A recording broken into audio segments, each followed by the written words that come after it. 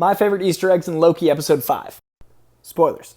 We got Throg, Frog of Thunder. In the comic books, one of the great writers of Thor is Walter Simonson, and during his run, he introduced a character named Simon Walterson, who was cursed by a witch, turned into a frog, and then later got Thor's hammer and was dubbed worthy to wield the power of Thor and became a pet Avenger. It's a whole thing, it's crazy, and he just showed up in the MCU. As they pan left and then descend into the lair, we see this little guy hopping along, and you'll notice on his label, T365, Thor 365, his first appearance, Throg, Pet Avenger.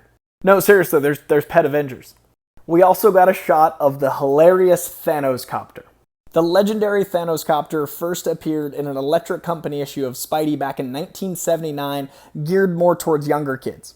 It's been a running joke in comics ever since. Here it is appearing in a Deadpool issue, even making an appearance in Endgame, having Thanos wield the chopper blade itself, seemingly, in that last big battle.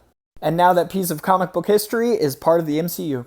And just as they did with D.B. Cooper, there's a fun Easter egg to our real world and mysteries within it. There is a ship, the USS Elridge, which was supposedly part of the Philadelphia Project, which was a government experiment that made this ship cloak or disappear. There's rumors about aliens, all sorts of conspiracy theories, but now with this canon, it makes sense how it disappeared.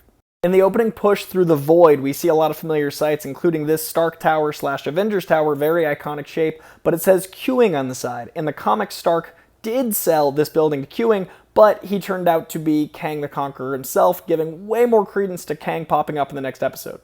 Kang the Conqueror is a time-manipulating big bad, like Thanos-level big bad, about to be played by Jonathan Majors. He's going to pop up in Ant-Man 3, but he might pop up sooner, maybe next week. Episode 5 itself is called Journey into Mystery, which is what the episode's about, but it's also where Thor makes his first comic book appearance, as well as Loki. And this was back before Marvel Comics was even called Marvel Comics. We also had President Loki make an appearance, looking just like his 2016 comic book counterpart, which was a commentary on the election at the time.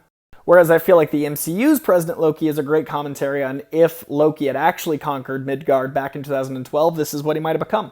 We also had a very comic book accurate Eliath the Usurper, who does tie directly into Kang. He's the guy that keeps Kang at bay, so again, I think we're getting Kang in the next episode. And there were a ton of just fun MCU references. We saw a helicarrier, the Accuser's ship from Guardians of the Galaxy, the Dark Aster. Remember how Ant-Man learned to go giant in Civil War, where here's a giant Yellow Jacket helmet, the villain from the first Ant-Man. And one of my personal favorites, a statue of the Living Tribunal. The Living Tribunal is a big cosmic entity responsible for the multiverses that I'm thinking we're going to hear about in the Eternals. And those were